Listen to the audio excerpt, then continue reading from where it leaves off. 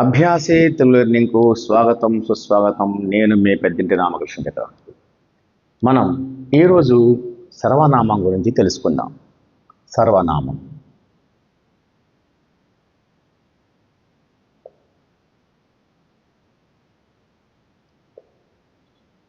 సర్వనామం అంటే సర్వ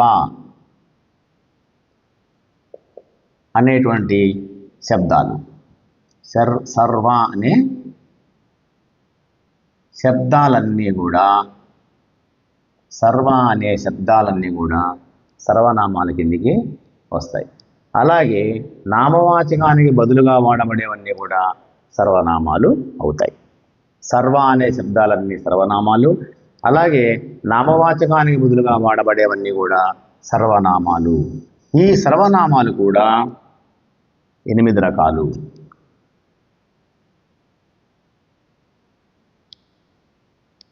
ఈ సర్వనామాలు కూడా 8 రకాలు. వీటిని 8 రకాలుగా విభజించారు. అవి చూడండి. 1 సంబంధ సర్వనామం,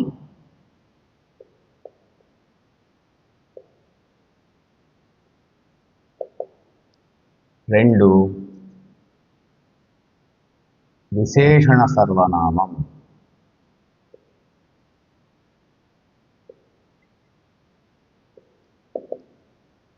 3 సంఖ్యావాచక సర్వనామం,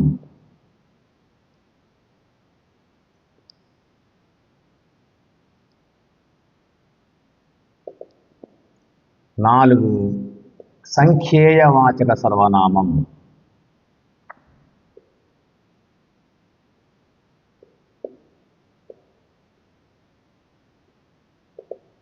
5 పురుష సంబంధ సర్వనామం,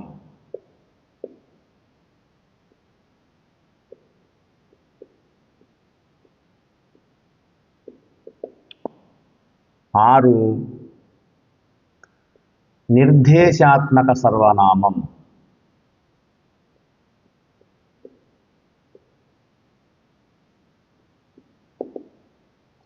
7 అనిర్దిష్టాత్మక సర్వనామం,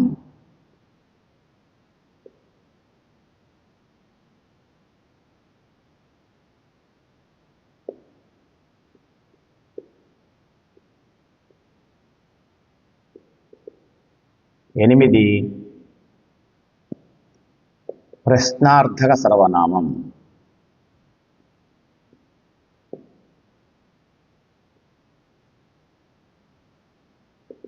చూడండి, సర్వనామం అనేటువంటిది సర్వ అనే శబ్దాలతో కూడినవన్నీ సర్వనామాలు, నామవాచకాలకు బదులుగా వాడబడేవన్నీ సర్వనామాలు. ఈ సర్వనామాల్ని మళ్ళీ 8 రకాలుగా విభజించడం జరిగింది. అవి 1 సంబంధ సర్వనామం, 2 విశేషణ సర్వనామం, 3 సంఖ్యావాచక సర్వనామం, 4 సంఖ్యేయవాచక సర్వనామం, 5 పురుష సంబంధ సర్వనామం, 6 నిర్దేశాత్మక సర్వనామం, 7 అనిర్దిష్టాత్మక సర్వనామం, 8 ప్రశ్నార్థక సర్వనామం అని 8 రకాలుగా వీటిని విభజించదగింది. సంబంధ సర్వనామం చూద్దాం. ఇవి రాసుకోండి ఒకసారి. మీకు వీటికి సంబంధించినటువంటి ఏమైనా సందేహాలు, ప్రశ్నలు ఏమైనా మీకు తలెత్తినట్టయితే కామెంట్ సెక్షన్లో పెట్టండి, నేను వాటికి సమాధానం చెప్తాను. చూశారు కదా ఒకసారి వీటిని, ఈ 8 రకాలు సర్వనామాలు. ఇక వీటిలో మనం ఒక్కొక్క దాని గురించి చూద్దాం. సంబంధ సర్వనామం, ఇది సంబంధం కలిగినటువంటి అర్థాన్ని తెలియజేసేటువంటి సర్వనామం. సంబంధం యొక్క అర్థాన్ని తెలియజేటువంటి ఉదాహరణకు చూడండి. ఈ నేరం చేసినవాడు, ఈ నేరం ఎవడైతే చేశాడో, ఈ నేరం ఎవడైతే చేశాడో వాడే దోషి అని ఉందనుకుందాం. ఇక్కడ సంబంధం చూడండి. ఇక్కడ ఎవడైతే వాడే, ఈ 2 సర్వనామాలు. ఎవడు వాడు అనేవి సర్వనామాలు. ఈ ఎవడైతే వాడే అనే సర్వనామాలకి నేరానికి దోషికి సంబంధం ఉంది. ఈ ఎవడు వాడు అనేవాడికి ఇక్కడ ఈ నేరానికి దోషికి సంబంధం ఉంది. ఆ సంబంధం ఉన్నటువంటి అర్థాన్ని తెలియజేస్తుంది కాబట్టి దీన్ని సంబంధ సర్వనామం అని అంటాం. అర్థమైంది కదా, సంబంధ సర్వనామం.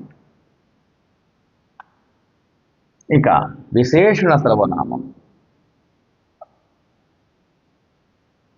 విశేషణ సర్వనామం అంటే విశేషణ శబ్దాలకు సంబంధమైనటువంటి సర్వనామాలు. విశేషణ శబ్దాలకు సంబంధించినటువంటి ఉదాహరణకి చూద్దాం. అందరూ, అందరే. ఇవి సర్వనామానికి నామవాచకాలకు సంబంధించినటువంటి వాటిని విశ్లేషించేది విశేషణం కాబట్టి ఈ అందరూ అనేది విశేషణ సర్వనామం అవుతుంది. అందరూ అందరే, వీరు తక్కువవారు కాదు, వీరు ఎక్కువవారు కాదు అనేటువంటి ఏదైనా సరే మనం అర్థం చేసుకోవచ్చు. ఇది ఇన్కంప్లీట్ సెంటెన్స్ కాబట్టి అందరూ అందరే అనేది వాడుకుంటే మనం ఈ అందరూ అనేది విశేషణానికి సంబంధించినటువంటి సర్వనామం. ఇది ఒకటి. తర్వాత మూడవది సంఖ్యావాచక సర్వనామం.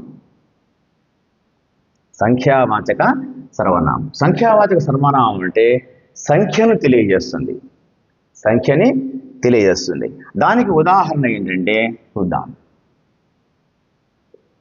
ఈ 10 మంది ఒక పద్ధతి ప్రకారం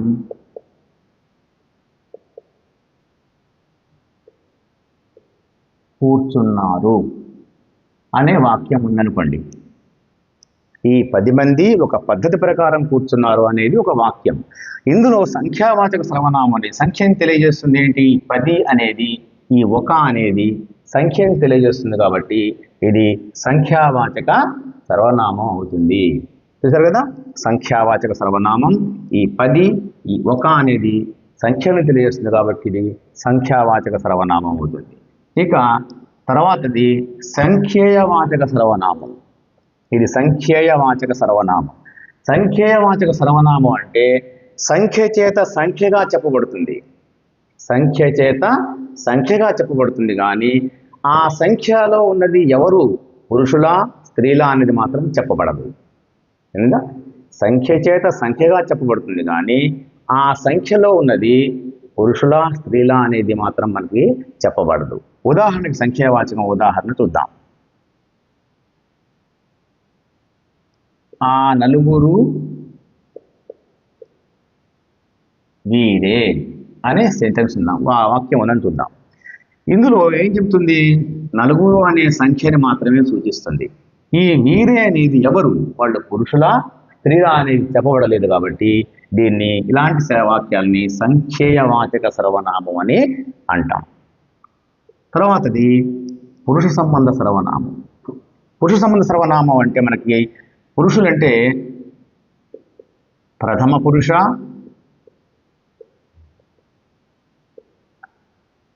మధ్యమ పురుష,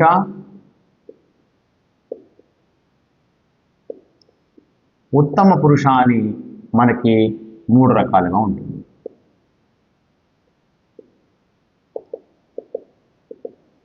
ప్రథమ పురుష, మధ్యమ పురుష, ఉత్తమ పురుష. ఈ ప్రథమ పురుష అంటే వాడు, వారు. మధ్యమ పురుష అంటే నీవు, మీరు. ఉత్తమ పురుష అంటే నేను, మేము. ప్రథమ పురుష అంటే వాడు, వారు. మధ్యమ పురుష అంటే నీవు, మీరు. ఉత్తమ పురుష అంటే నేను, మేము. వీటిని పురుష సంబంధమైనటువంటి సర్వనామాలని అంటాం. చూసుకోండి, పురుష సంబంధ సర్వనామం అంటే ప్రథమ పురుష, మధ్యమ పురుష, ఉత్తమ పురుష అనేటువంటి పదాలు, వాటికి సంబంధించినటువంటి పదాలని తెలియజేస్తుంది కాబట్టి దీన్ని పురుష సంబంధ సర్వనామం అని అంటాం. తర్వాతది నిర్దేశాత్మక సర్వనామం. నిర్దేశాత్మక సర్వనామం అంటే నిర్దేశించి చెప్పబడేటువంటి పదాలను నిర్దేశాత్మక సర్వనామం అని అంటాం. నిర్దేశించి చెప్పడం అంటే ఏంటి? చూడండి, అవి, ఇది, అది మొదలైనటువంటివి. అవి, ఇవి, అది అనేటువంటి అలాంటి వాటికి సంబంధించినటువంటి పదాలన్నీ కూడా నిర్దేశాత్మకం. ఇవి నిర్దేశిస్తున్నాం. ఇవి, ఇది, అది అని నిర్దేశించి చెప్తున్నాం కాబట్టి వీటిని నిర్దేశాత్మక సర్వనామాలని అంటాం. తర్వాత అనిర్దిష్టాత్మక సర్వనామం.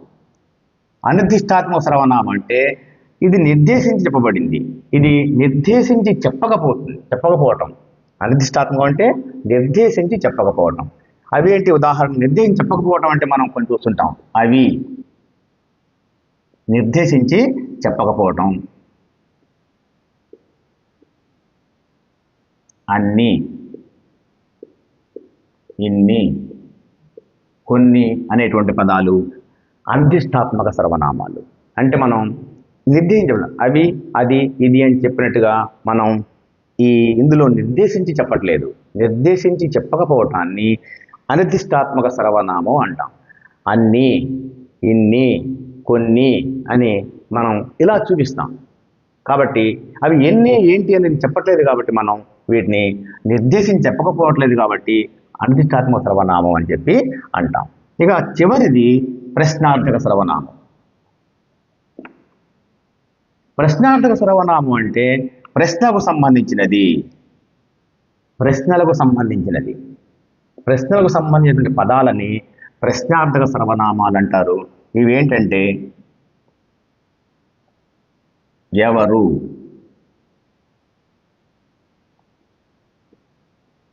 ఎందుకు,